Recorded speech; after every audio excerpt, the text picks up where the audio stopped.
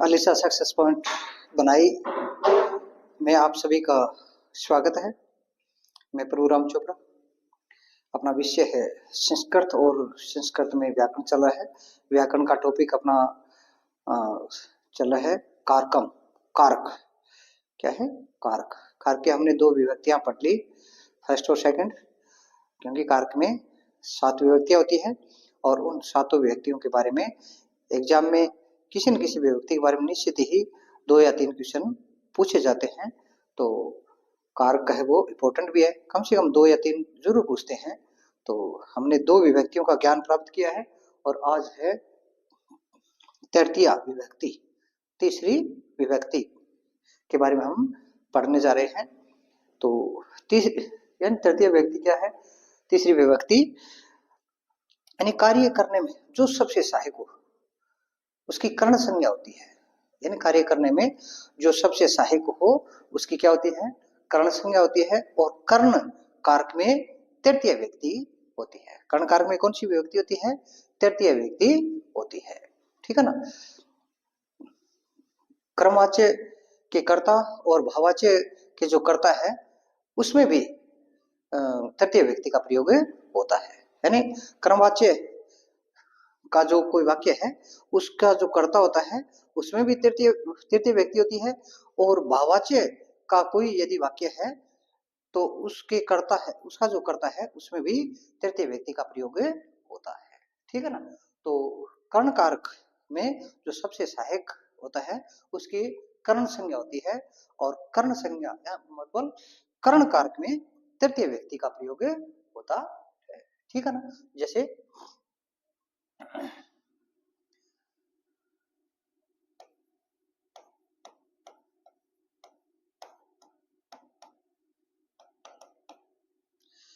जैसे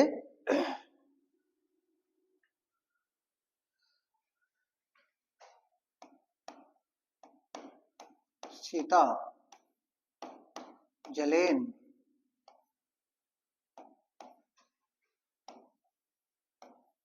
मुखम प्रक्षाल्यति।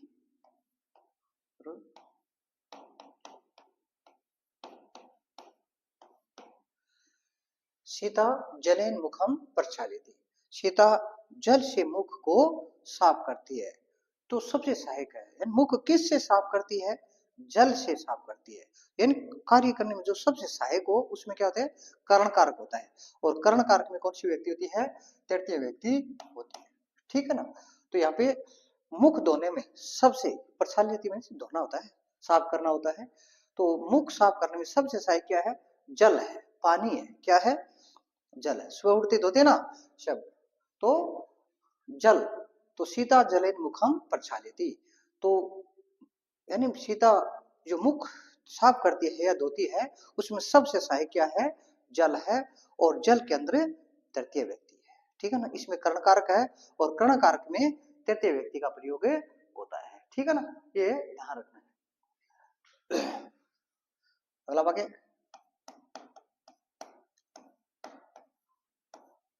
राम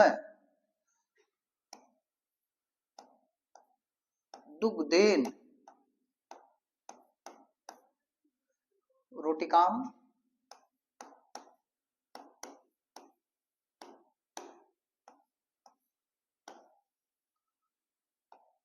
खादती। राम है दुग्धेन रोटिकाम खादती। अब राम किसके साथ रोटी खाता है? भी रोटी खाता है राम, भी राम है रोटी काम खाती, राम रोटी खाता है। लेकिन इसमें किसके साथ खाता है? सबसे सहायक क्या है? दुग्ध एंड दूध। दूध के साथ में रोटी खा रहा है, तो सबसे सहायक क्या है? दूध है, दुग्ध दूध है। तो इसमें कर्ण कारक होता है, और कर्ण कारक में कौन सी व्यक्ति होती है? तृतीय व्यक्ति होती है। तो सबसे सहायक क्या है? दुग्ध है, और इसमें कौन सी व्यक्ति है? तृतीय व्यक्ति का प्रयोग हुआ है। ठीक है ना?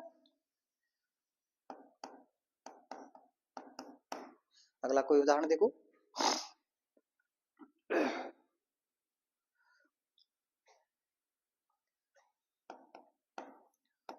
रमेश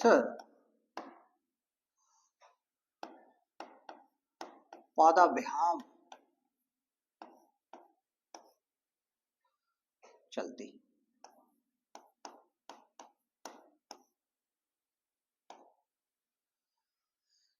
रमेश है पादाभ्याम चलती है। अब सीधा कह दिया, मानो रमेश है चलती, रमेश चलता है, किसके माध्यम से चलता है? बस के साधन से या ट्रेन के साधन से, कैसे चलता है? तो इसमें सहाय क्या है? पैर है, पादाभ्याम, ठीक है ना।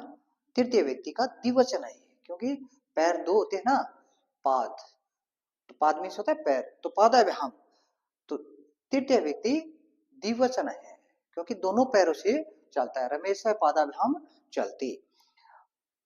पादेन नहीं आया, क्योंकि पादेन तो एक वचन होता है, दोनों पैरों से चल रहा है रमेश है, तो द्विवचन आएगा, ठीक है ना। तृतीय व्यक्ति द्विवचन है, तो रमेश है पादाभ्याम चलती। रमेश है वो पैरों से चलता है, ठीक है ना। तो यहाँ पे सबसे सही क्या है? पैर हो गया ना, तो पैर में तृतीय व्यक्ति यानी पाद, पाद जो शब्द है उसमें तृतीय व्यक्ति है, और तृतीय व्यक्ति के कारण यानी कर्ण कारक है, और कर्ण में तृतीय व्यक्ति का प्रयोग होता, ठीक है। अच्छा, आगे चले, और कोई उदाहरण?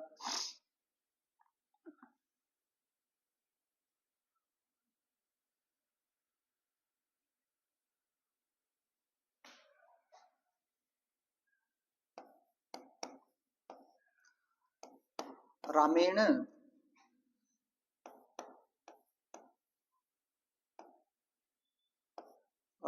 रामेण तृतीय व्यक्ति, क्योंकि इसमें क्या कर्मवाच्य होगा, क्या है?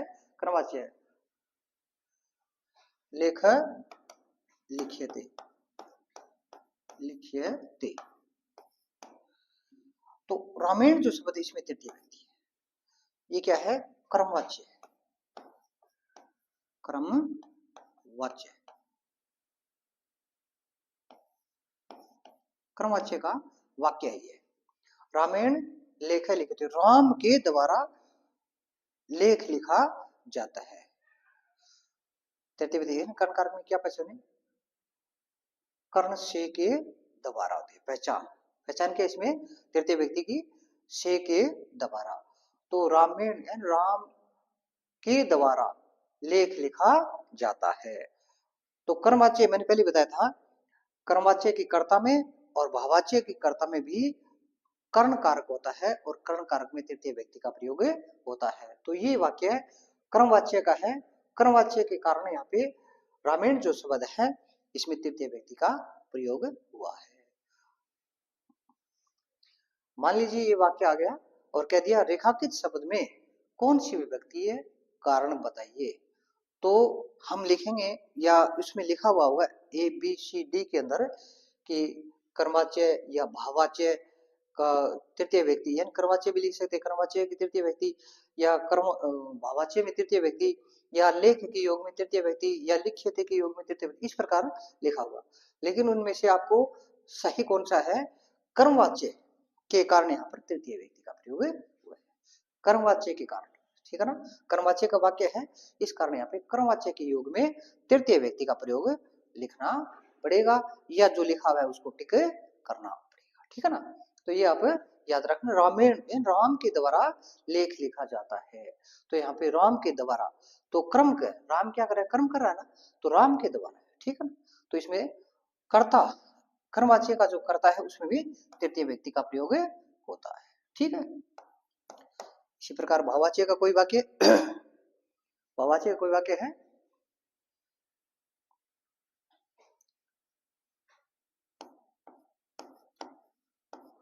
तेन हर्ष्यते, ये भाववाच्य है, भाववाच्य, ये भाववाच्य का वाक्य है। तेन हर्ष्यते, उसके द्वारा हंसा जाता है, ठीक है ना। तेन हर्ष्यते, तेन जो शब्द है वो तृतीय व्यक्ति है, ठीक है ना। तेन ताभ्याम तय, ठीक है ना। तो इसमें तृतीय व्यक्ति तेन शब्द में, और हर्ष्यते भाववाच्य, उसके द्वारा हंसा जाता है, भाव प्रकट हो रहा है, क्या हो रहा है इसमें? भाव प्रकट हो रहा है, और भाव प्रकट होने के कारण इसमें भाववाच्य होता है, और जो रेखांकित शब्द है उसमें तृतीय व्यक्ति है। मान लो ये कह दिया कि तेन अश्यति है, तो रेखांकित शब्द में कौन सी व्यक्ति कारण है बताइए। तो जिस कॉलम में ये मिले कि तेन जो शब्द है उसमें भाववाच्य होने के कारण इसमें तृतीय व्यक्ति है, भाववाच्य होने के कारण इसमें तृतीय व्यक्ति है, तो उसको आपको टिक मार्क करना है कि ये सही है, क्योंकि इसमें भाववाच्य भाव प्रकट हो रहा है। अश्यते यानी कैसा हो रहा है, तेन अश्यते उसके द्वारा हंसा जाता है, तो भाव प्रकट हो रहा है ना, तो इस कारण यहाँ पे भाव प्रकट होने के कारण तृतीय व्यक्ति का प्रयोग है, ठीक है ना। इसका 1 नंबर नियम ये कहता है भी ऊपर वाले जो 2-3 वाक्य है उसमें यानी कर्ता का जो सबसे सहायक होता है उसमें तृतीय व्यक्ति का प्रयोग होता है, नियम नंबर 1 था। और साथ में जो कर्मवाच्य का जो कर्ता होता है या भाववाच्य का जो कर्ता होता है उसमें भी तृतीय व्यक्ति का प्रयोग होता है। ये नियम नंबर 1 कहता है तृतीय व्यक्ति का, ठीक है ना। चलो आगे दूसरा नियम इसमें क्या कहता है,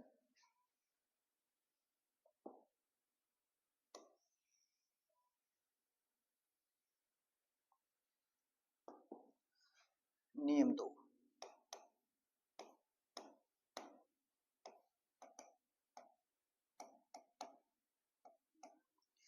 नियम 2 क्या कर रहा है, इस नियम 2 है वो क्या पहचान बताता है इसकी, ये देखो शब्द है इसमें सह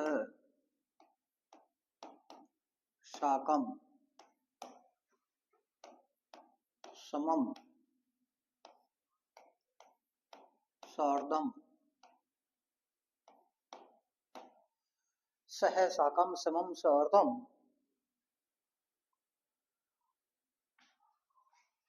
और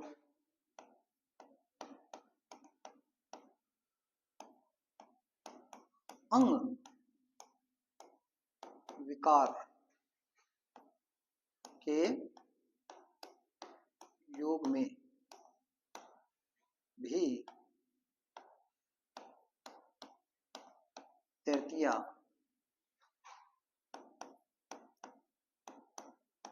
व्यक्ति का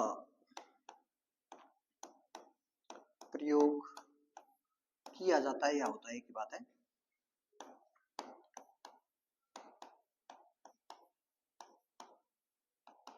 ये नियम नंबर 3 क्या कहता है, जिस वाक्य के अंदर सह लिखा हुआ हो, क्या लिखा हो, सह हो, या साकम शब्द लिखा हुआ हो, या समम लिखा हुआ हो, या सार्धम लिखा हुआ हो, या किसी शब्द के अंदर अंग विकार प्रकट होता हो, यानी किसी शब्द के अंदर शरीर का जो अंग होता है उसके विकार संबंधी कोई हमें ज्ञान प्राप्त होता हो, तो उसमें भी तृतीय व्यक्ति का प्रयोग होता है। ये आपको याद रहे, सह साकम समम सार्धम और अंग विकार योगेन तृतीया भवति, ठीक है ना। तो ये याद रखना है, ये शब्द 4 सह साकम समम सार्धम च अंग विकारेन तृतीया भवति, तो इनके योग में तृतीय व्यक्ति का प्रयोग होता है, ठीक है। जैसे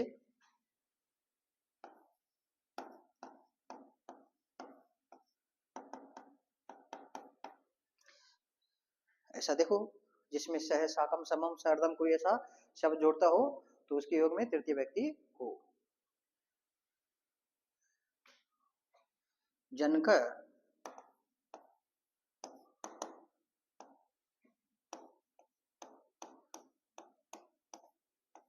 पुत्रेण सह, कुछ लगा दो अभी, जयपुरम गच्छति।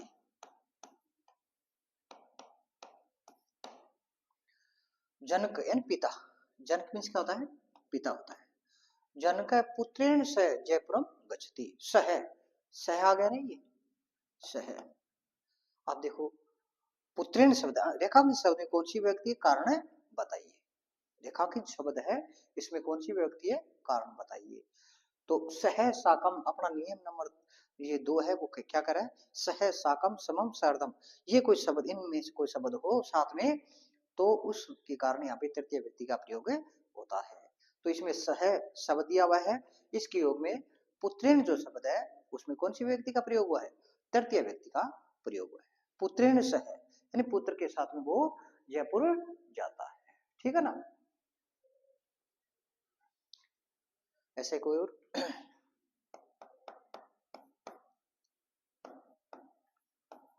सीता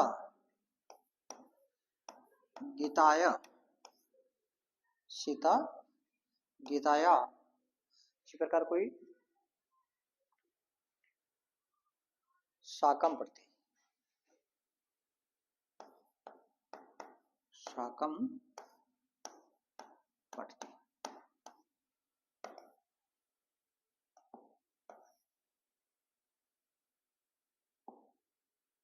गीतिया,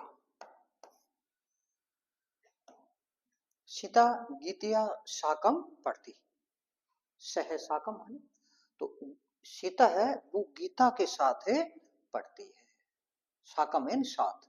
तो गीता, गीता शब्द है स्त्रीलिंग, इसकी तृतीय व्यक्ति एक वचन क्या है, गीतिया होती है।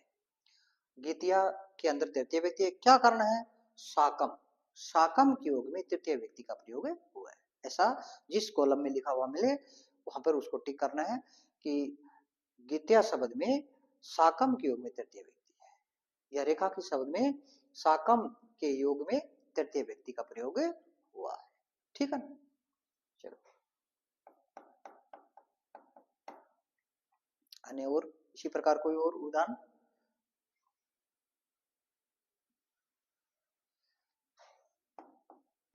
ते सौ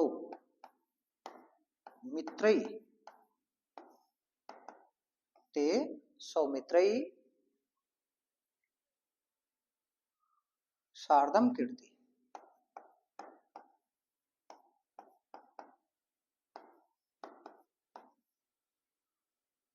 क्रीडन्ति,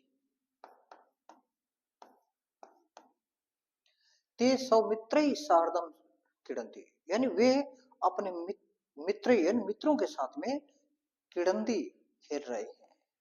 क्रीडन्ति क्या होता है कि बहुवचन है क्रीडन्ति, क्योंकि ते ये भी बहुवचन है, ते वन वे सब सौमित्रई अपने मित्रों के साथ में, शारदम मीन्स साथ होता है, क्रीडम क्रीडन्ति खेले, कि वो वे सब अपने मित्रों के साथ, यानी सौमित्र अपने मित्रों के साथ खेल रहे हैं। शारदम, शारदम से भी साथ होता है, ठीक है ना। साकम सह साकम इनका अर्थ एक ही होता है, ठीक है ना। तो ते सौमित्र शारदम क्रीडन्ति, वे अपने मित्रों के साथ खेल रहे हैं। तो यहाँ रेखा की शब्द है सौमित्र, इसमें कौन सी व्यक्ति का प्रयोग है और क्या करना है, शारदम के योग में तृतीय व्यक्ति का प्रयोग हुआ है। क्या है, शारदम के योग में तृतीय व्यक्ति का प्रयोग हुआ है। ठीक है ना, ये याद रखना है। अब अपने नियम है ना, सह साकम समम शारदम, ठीक है ना, इनके योग में तृतीय व्यक्ति का प्रयोग होता है। तो यहाँ पर क्या है, शारदम शब्द दिया हुआ है और शारदम के कारण इसमें तृतीय व्यक्ति का प्रयोग हुआ है। ठीक है ना। अगला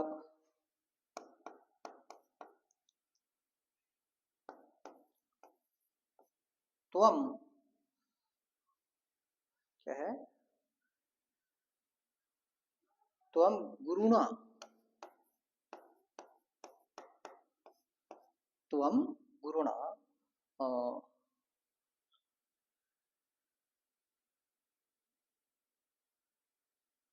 सह वेद पाठम करोषि, सह वेद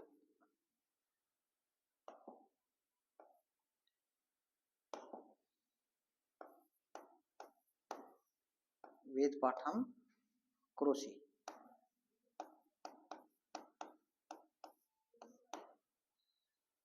तुम गुरुणा सह वेद पाठम करोषि, तुम गुरुणा सह, यानी गुरु के साथ वेद पाठम, वेद का पाठ करोषि यानी कर रहे हो या पढ़ रहे हो, यानी तुम गुरु के साथ में वेद वेद का पाठ है वो पढ़ रहे हैं, ये आपको ध्यान रखना है। तो इसमें भी क्या शब्द आया साथ में, सह आया, क्या है, सह, सह के योग में तृतीय व्यक्ति का प्रयोग हुआ है। तुम गुरुणा सह वेद पाठम करोषि, करोषि यानी करते हो, तुम गुरु के साथ वेद का पाठ कर रहे हो, करोसि यानी कर रहे हो। तो गुरुणा जो शब्द है उसमें कौन सी व्यक्ति है? तृतीय व्यक्ति है, ठीक है ना। तो तृतीय व्यक्ति के किसके कारण हुआ है? सह सह के योग में हुआ है। किसके कारण हुआ है?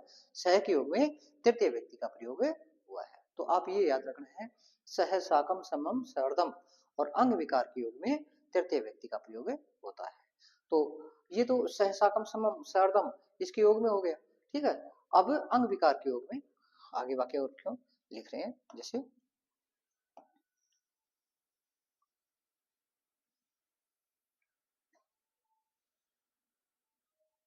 व्यक्ति का तीसरा नियम चल रहा था, सह साकम समम सहर्दम के योग में तृतीय व्यक्ति का प्रयोग होता है।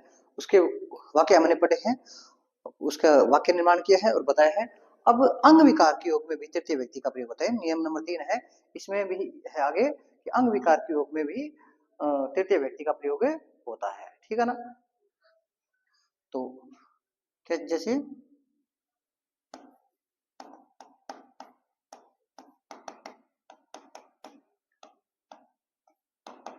स नित्रेण काण अस्ति, स नेत्रेण काण अस्ति, समिस वह नेत्रेण नेत्र से, काणमिस काणा अस्ति बनी है, वह आंख से काणा है। नेत्रेण, नेत्रेण क्या है? तृतीय व्यक्ति है और काणा है यानी काणा है, स नेत्रेण काणा अस्ति, वह आंख से काणा है। अपने को नियम नंबर 3 में पढ़ा है कि अंग विकार के योग में जो अंगवाची यानी विकारवाची जो शब्द है उसमें तृतीय व्यक्ति का प्रयोग होता है। जिस अंग के अंदर विकार होता है उस अंग के अंदर तृतीय व्यक्ति का प्रयोग होता है। तो यहाँ पर नेत्र यानी आंख, नैन है, लोचन है, उसके अंदर विकार बताए गए हैं। तो नेत्र के अंदर विकार है, तो नेत्र शब्द है उसके अंदर तृतीय व्यक्ति का प्रयोग किया गया है। तो मान लो क्वेश्चन आ गया कि रेखांकित शब्द में कौन सी व्यक्ति है, कारण है बताइए। तो रेखांकित शब्द में कौन सी व्यक्ति है? तृतीय व्यक्ति है। कारण क्या है? अंग विकार के योग में, जहां कॉलम के अंदर ये दिया हुआ हो अंग विकार के योग में तृतीय व्यक्ति का प्रयोग हुआ है, उस कॉलम को आपको सही करना है, टिक मार्क करना है। तो यहाँ पे अंग विकार है, जो यानी शरीर का जो भी अंग है उसके अंदर विकार हो उसके अंदर तृतीय व्यक्ति का प्रयोग होता है, न कि काण है, जो काणा शब्द है उसके अंदर तृतीय नहीं होता है। शरीर का जो अंग है उस अंग के अंदर विकार होता है, तो उस अंग के जो अंग शब्द है ना उसके अंदर तृतीय व्यक्ति का प्रयोग होता है, ठीक है। चलो आगे और उदाहरण, जैसे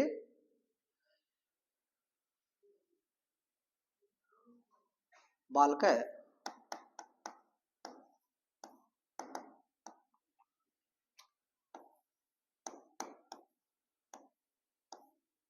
कर्णेन बधिर,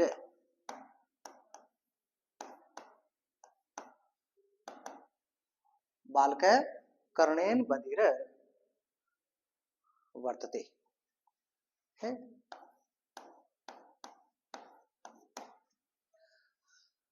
कर्णेन क्या है? तृतीय व्यक्ति है, एक वचन है, बधिर अस्ति। बालक कर्णेन यानी कान से, बधिर बहरा है, ठीक है ना। तो अंग विकार है, किस में अंग विकार है? कान के अंदर है, क्या है? कर्ण यानी कर्ण जो शब्द है उसके अंदर विकार हुआ है। कर्ण मीन्स कान, कान के अंदर विकार हुआ है, क्या हुआ है? बहरा है, बधिर है, बहरा है। तो कान जो है कर्ण शब्द है उसके अंदर कर्ण संज्ञा होती है और कर्ण में तृतीय व्यक्ति का प्रयोग होता है, ठीक है ना। तो कर्ण इसमें कौन सी व्यक्ति है? तृतीय व्यक्ति है। क्या कारण है? अंग विकार के योग में, क्या कारण है कि अंग विकार के योग में तृतीय व्यक्ति का प्रयोग हुआ है, ठीक है।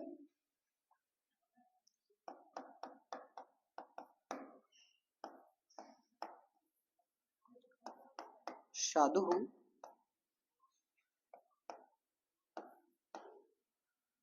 पादेन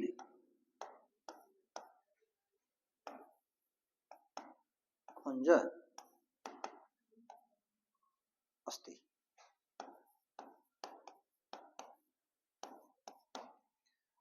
साधु पादेन खंज अस्ति, साधु पैर से, पादेन तृतीय व्यक्ति है, एक वचन, पैर से, खंज मन लंगड़ा है, खंज भी इसका है लंगड़ा है। तो पादेन यानी पैर से, क्योंकि पैर एक पैर से ही लंगड़ा होता है, दोनों पैरों से तो अपाइज पूरा होता है। तो पादेन, ठीक है ना, पादेन खंज अस्ति। तो साधु किसे लंगड़ा है, पैर से लंगड़ा है। तो पैर जो शब्द है उसके अंदर तृतीय व्यक्ति का प्रयोग हुआ है। और क्या कारण है, अंग विकार की योग, क्या कारण है, अंग विकार के योग में तृतीय व्यक्ति का प्रयोग हुआ है, ठीक है ना। चलो आगे कोई नियम सुनिए।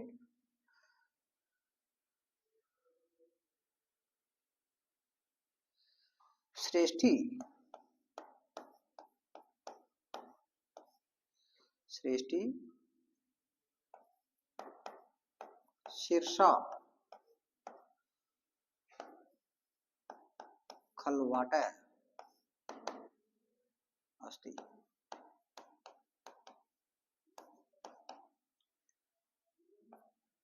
शीर्षा यानी श्रेष्ठी, शीर्षा सिर से, क्या है, शीर्षा सिर से, क्या है, खलवाट, क्या है, खलवाट, सिर से छोटी अक्षरी,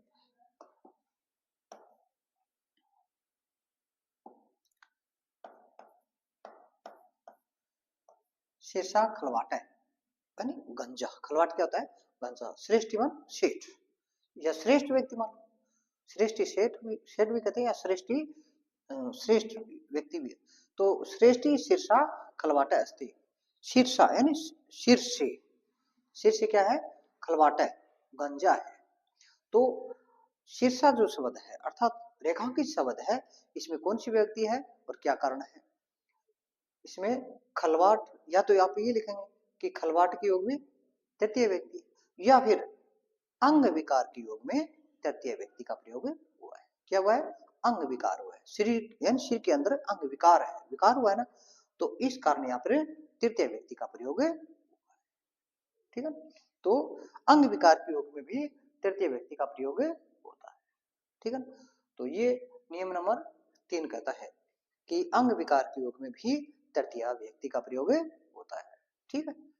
चलो अगला नियम क्या कहता है,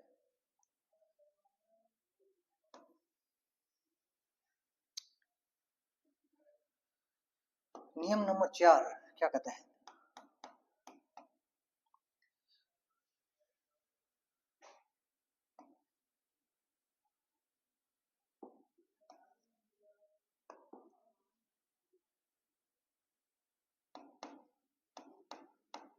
जिस या जिन शब्दों से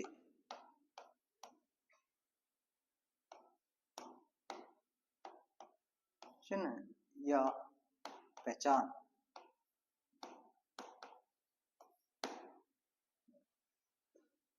चिन्ह या पहचान या स्वभाव, चिन्ह या पहचान या स्वभाव इन प्रकृति, क्या होता है, प्रकृति या स्वभाव,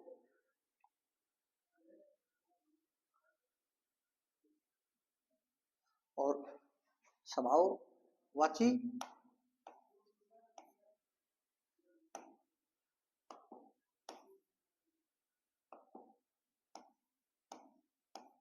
या कारण वाची, स्वभाववाची कोई शब्द हो या कारणवाची कोई शब्द हो, या कोई रुकावटवादी या रुकावटवाची, जिस शब्दों से चिन्ह या पहचान या स्वभाववाची या कारणवाची या रुकावटवादी भाव प्रकट होता हो, वहां पर भी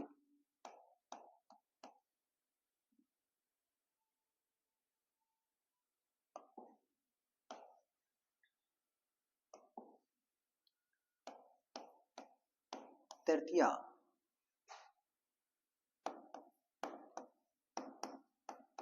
विभक्ति होती है। ठीक है, जैसे यानी जिन शब्दों में चिन्ह यानी उसकी कोई पहचान दिखाई दे, जैसे साधु के बड़ी बड़ी लटाएं होती है, तो उसको देख करके हम कह सकते हैं कि साधु प्रतीत हो रहा है, या जो पीले कपड़े पहन रखे तो ऐसा हमें उसको देख करके ये पहचान करते हैं कि ये साधु लग रहा है, संत है कोई, या कोई बालक जा रहा है और उसके हाथों में पुस्तक है, तो उस किताबों को देख करके हम ये पहचान करते हैं कि ये छात्र है, पढ़ने वाला विद्यार्थी है, बालक है। इस प्रकार चिन्ह या पहचान कोई हो, या फिर स्वभाव यानी प्रकृति, उसका स्वभाव ऐसा ही है, सरल स्वभाव है, उसके योग में भी तृतीय व्यक्ति, या कोई कारण हो, रमेश जयपुर रह रहा है, क्यों रह रहा है, कोई कारण है ना, तो उस कारणवाची में भी तृतीय व्यक्ति का प्रयोग होता है। या रुकावटवाची कोई शब्द हो, यानी आपको खाना नहीं खाना है, तो यहाँ पे रुकावट होगी ना, आपको जयपुर नहीं जाना है, रुकावट होगी, तो रुकावटवाची जो शब्द है उसमें भी तृतीय व्यक्ति का प्रयोग होता है। ठीक है ना।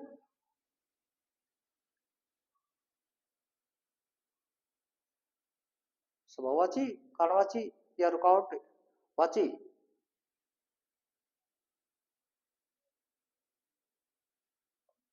भाव प्रकट होता हो वहां पर भी तृतीय व्यक्ति का प्रयोग होता है। ठीक है ना। जैसे स जटाभी, स जटाभी तापसी तापसी प्रतीयते।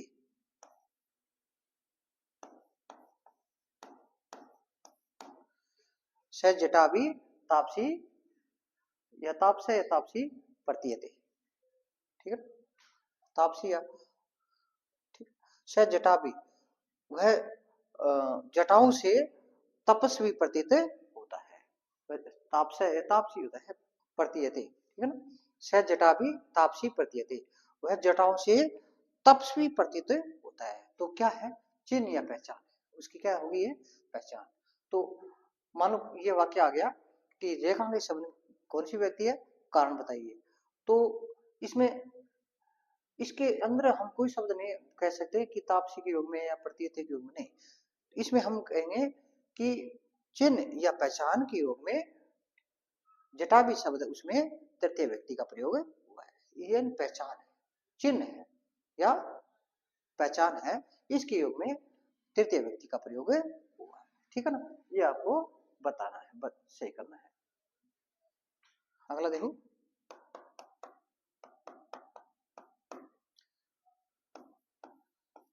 स बालक, स बालक पुस्तकै,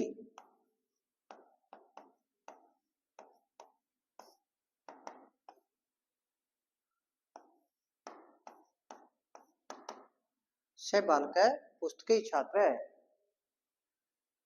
प्रतीयते। क्या है,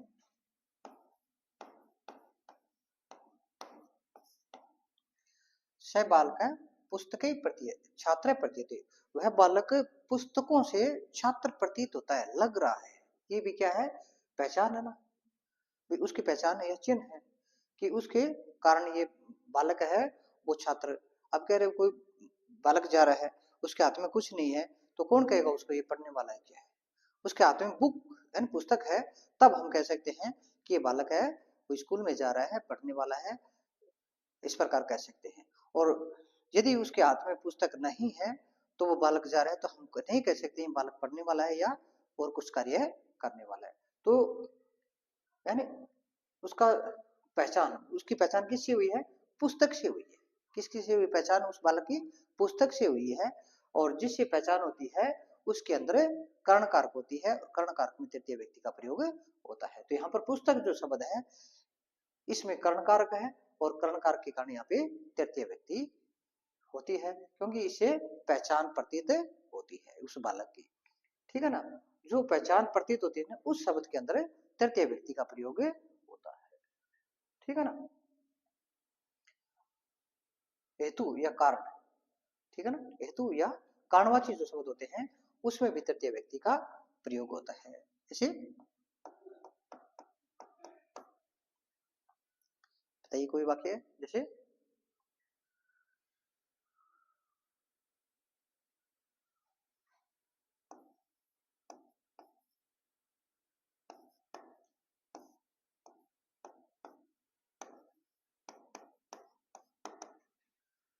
पुणेन हरि दृष्टा, पुणेन हरि दृष्टा, क्या है, पुणेन हरि दृष्टा, यानी पुण्य से, यानी पुण्य अर्थात दान करने से या तपस्या करने से, मान लो हरि दृष्टा, हरि में भगवान दिखाई देता है, यानी पुण्य, पुण्य करने यानी भला करने से, पुण्य भला होता है, किसी दूसरे व्यक्ति का हम यदि भला करेंगे तो हमें भगवान दिखाई देगा, इसलिए हमको दूसरे व्यक्ति का निस्वार्थ भाव से भला करना चाहिए, ठीक है ना, निस्वार्थ भाव से क्या करना चाहिए, भला करना चाहिए, और ये हम भला करेंगे तो हमें भगवान दिखाई देगा। भगवान कण कण में रमा हुआ है, व्यक्ति के अंदर भगवान दिखाई देता है, प्रत्यक्ष में भगवान की फोटो दिखाई नहीं देती है, किसी व्यक्ति के माध्यम से हमें भगवान दिखाई देता है।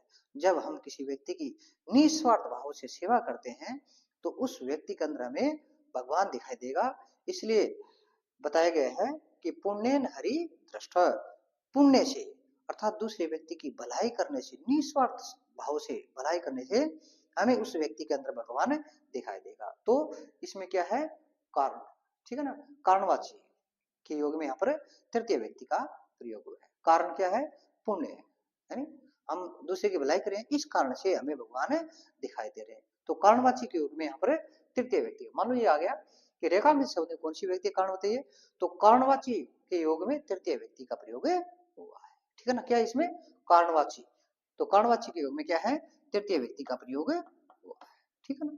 चलो ठीक है, अगला उदाहरण देखिए,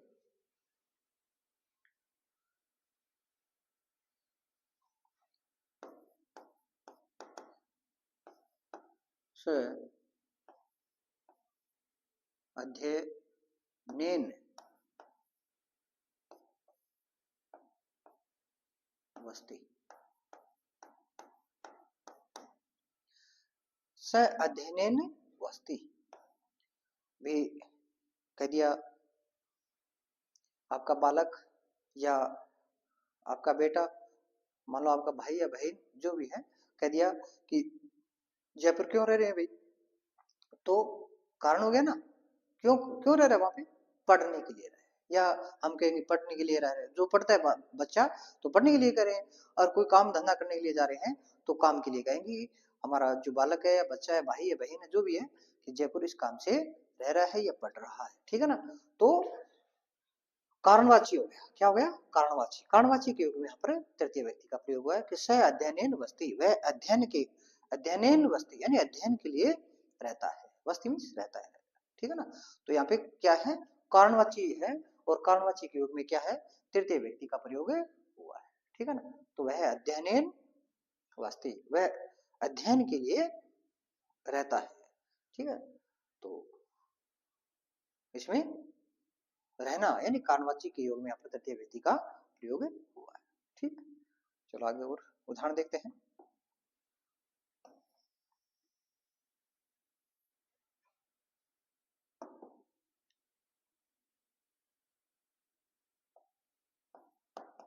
योगी, चलो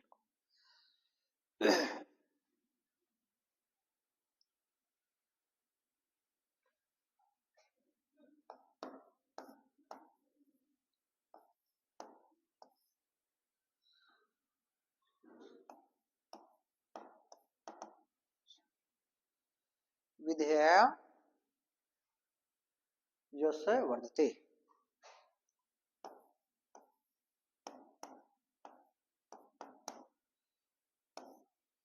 विधेया, इसमें तृतीय व्यक्ति है, यश वर्धते, यश बढ़ता है, क्या है, कारण है ना, किससे यश बढ़ता है, कीर्ति होती है, सम्मान होता है, आदर होता है, विद्या यानी विद्या से, हमारा यश बढ़ता है, कीर्ति बढ़ती है, सम्मान होता है, अपना होता है, अपने माँ बाप का होता है। इसलिए हमें दद चित्त मन लगा करके अध्ययन करना चाहिए, पढ़ना चाहिए। तो ये देख लो, विद्या यश वर्धते, विद्या से यश बढ़ता है, कीर्ति बढ़ती है, सम्मान बढ़ता है, इसलिए हमें विद्या ग्रहण करनी चाहिए। तो यहाँ पे कारणवाची है, इस कारण से यहाँ पर वश यानी यश किससे बढ़ता है, विद्या से, ठीक है ना। तो इसके योग में यानी कारणवाची के योग में यहाँ पर तृतीय व्यक्ति का प्रयोग हुआ है, ठीक है। चलिए अन्य उदाहरण,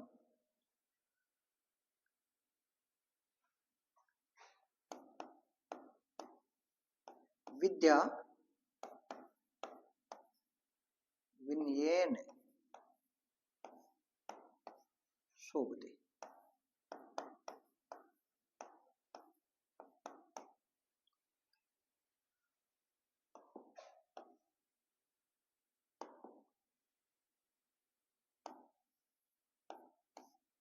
विद्या विनयेन शोभते, कि विद्या कब सुंदर दिखाई देती है,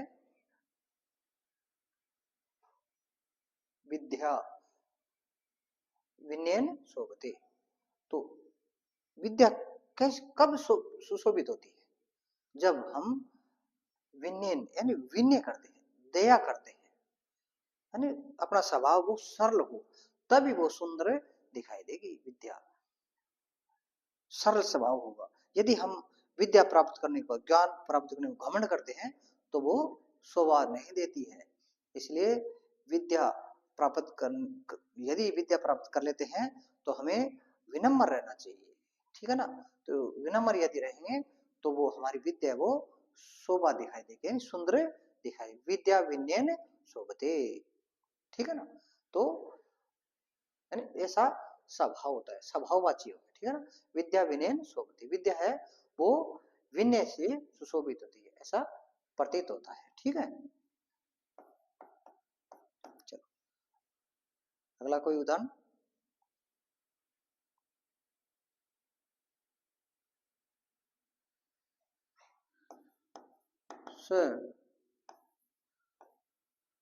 प्रकृतिया से प्रकृतिया साधु अस्ति,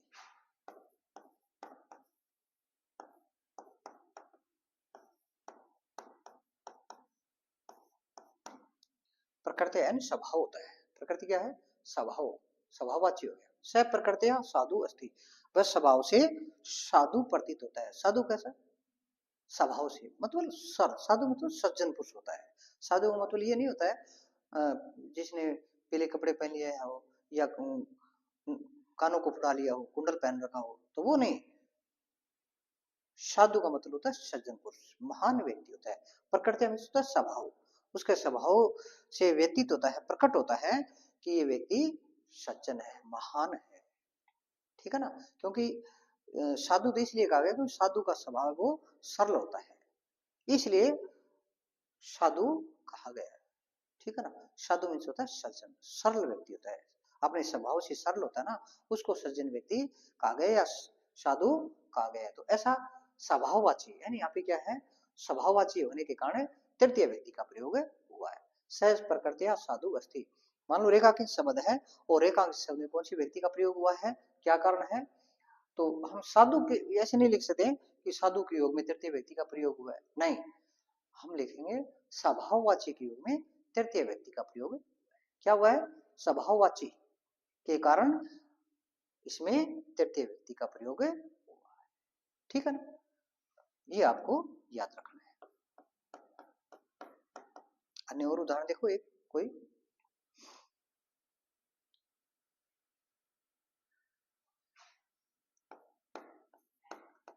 गणेश सुखेन जीवती,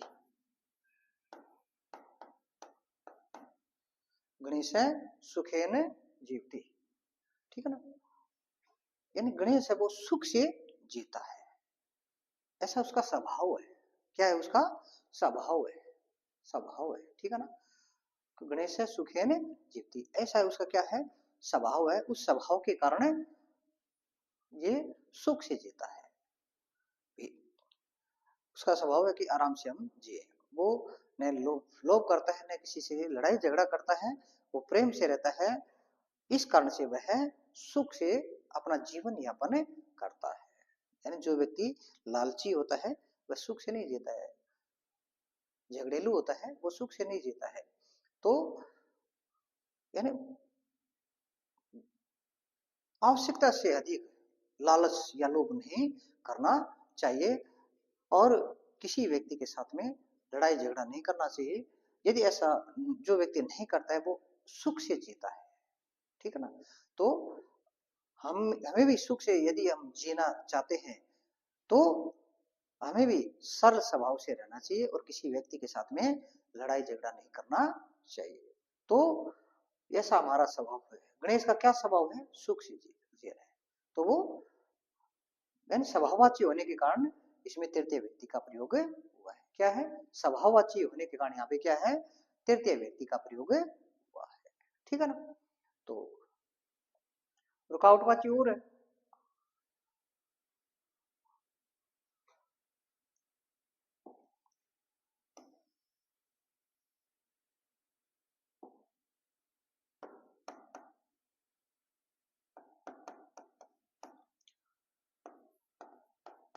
अलम आशिते,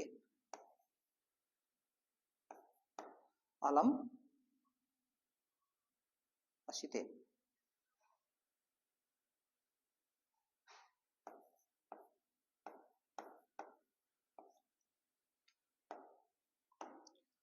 अलम आशितेन यानी मत असो। अलम होता है मत, रुकावट हो गया ना।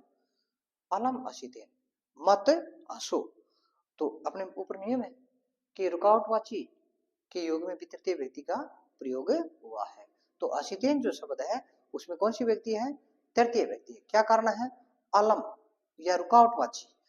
इसमें हम अलम भी लिख सकते हैं या रुकावटवाची भी लिख सकते हैं कि रुकावटवाची शब्द के कारण यहाँ पर तृतीय व्यक्ति का प्रयोग हुआ है या अलम के योग में तृतीय व्यक्ति का प्रयोग हुआ है, ठीक है ना।